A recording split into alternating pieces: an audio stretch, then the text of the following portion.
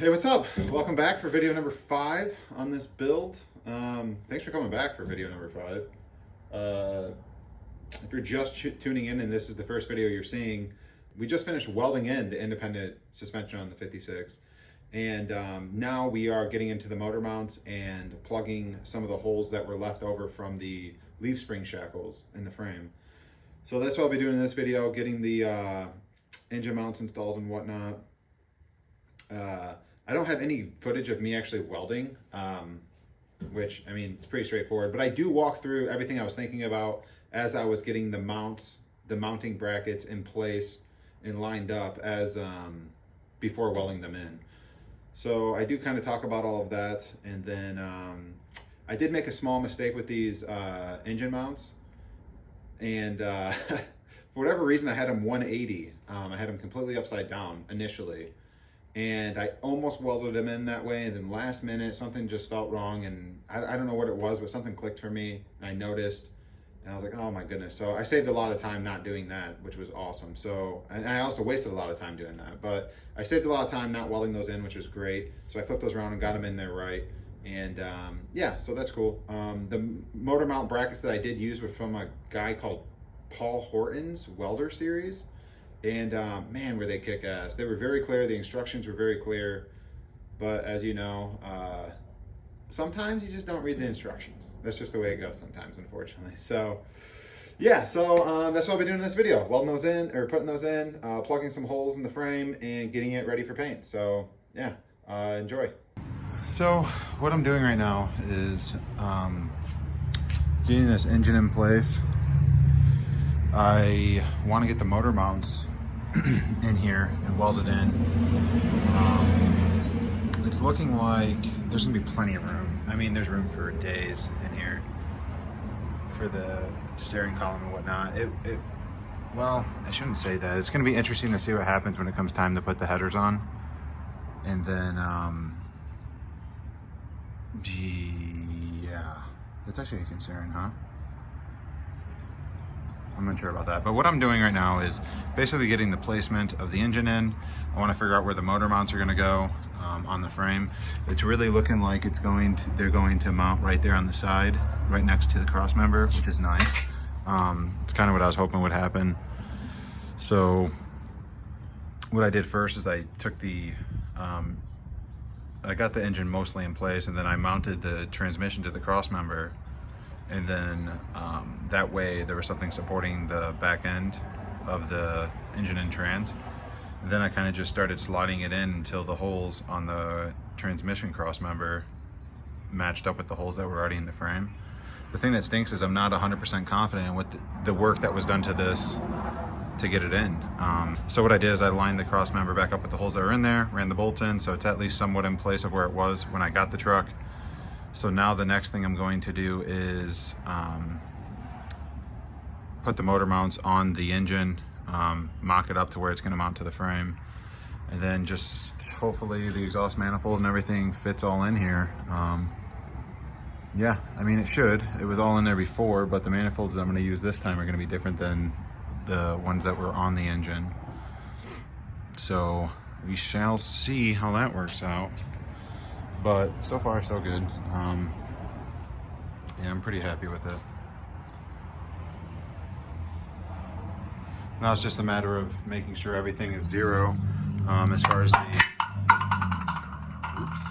the carburetor goes. It's off half a degree right now. I'm not fully in place yet. Make sure this is all zero, and then in both directions, and then put the make sure the engine's perfectly centered in the frame. So yeah, this will be cool. Getting close. Okay, so this is where we're at in the project here. We got the engine in there, centered in the frame. We got off half a degree that way, right on zero, pretty much right on zero that way, half a degree that way. Even got it to the point that the motor mounts are 1177. This side is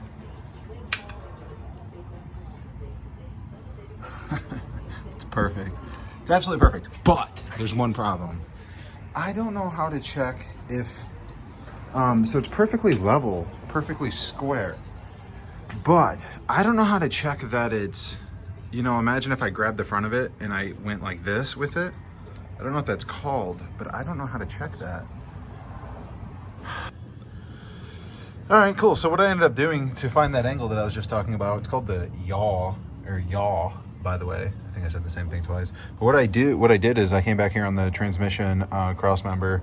I measured with the tape measure from the frame to the center line on both sides, and was able to, through the bottom down here, there's 2 bolts, I was able to loosen those, move this mounting bracket that way to level it out, or to even out the yaw, and that's what I ended up doing.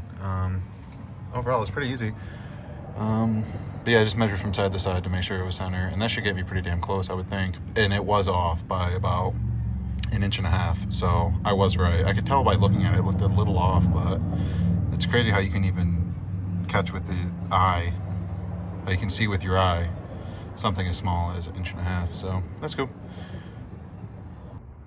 All right, so this is it. The motor mounts are finally in. Went in pretty well overall. I'm super happy with it. I had a small issue with lining them up, but I was able to get that all figured out and squared away. Both level. The welds went pretty smooth overall. I mean, some of them are pretty boogery, but hey man, it works. What I did works. So I'm happy with how that turned out. Kind of notched away a little bit more than I would have liked to there, but it's all right. No biggie. I went ahead and then cleaned the entire frame. So the frame's completely ready for paint now. I knocked off all of the burrs and anything that was sticking up. All the corners are nice and rounded over now, so that's cool. And yeah, that is it. It's all ready to be painted. All right, so last I left off, I hit the entire frame with the 120 grit grinder, and my plan was to paint the frame this weekend. But as I'm looking at the frame now, all of these holes are still in here from where the leaf spring mounted, you know, the leaf spring shackle hole, some of these rivets from some of the cross members and things like that. So I think it makes sense for me to get in here and patch these holes in really quickly and grind them down and make it right. The only issue that I see myself having is when it comes time to route the brake lines. You know, I don't want a brake line hanging over the top or the bottom of the frame, so I'll have to punch a hole somewhere in here and route the brake line through the frame. But a thing I'm going to run into is, I think it would probably make most sense for the brake line to come through here. The issue with that is, on this side, it's all boxed in. So I'm not sure what I'm going to do about that quite yet, but I'll figure it out.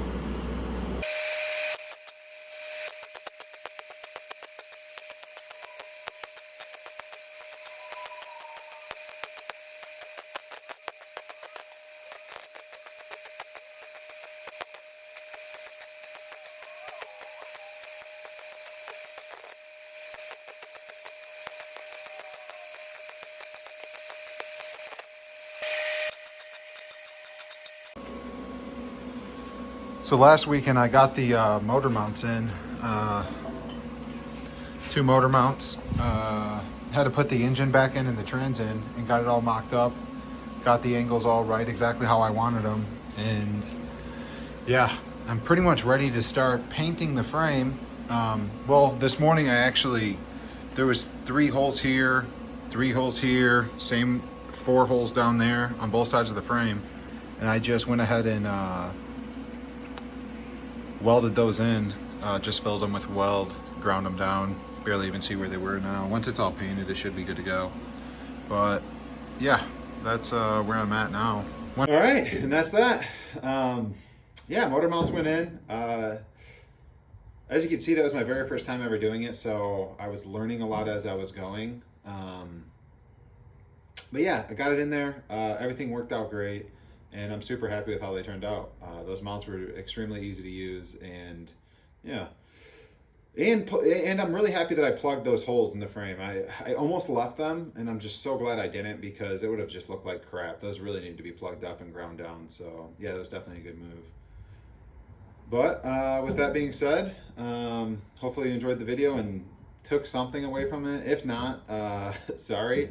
It is cool for me to just have like documentation of all these things I'm doing on this truck, since it is my first build.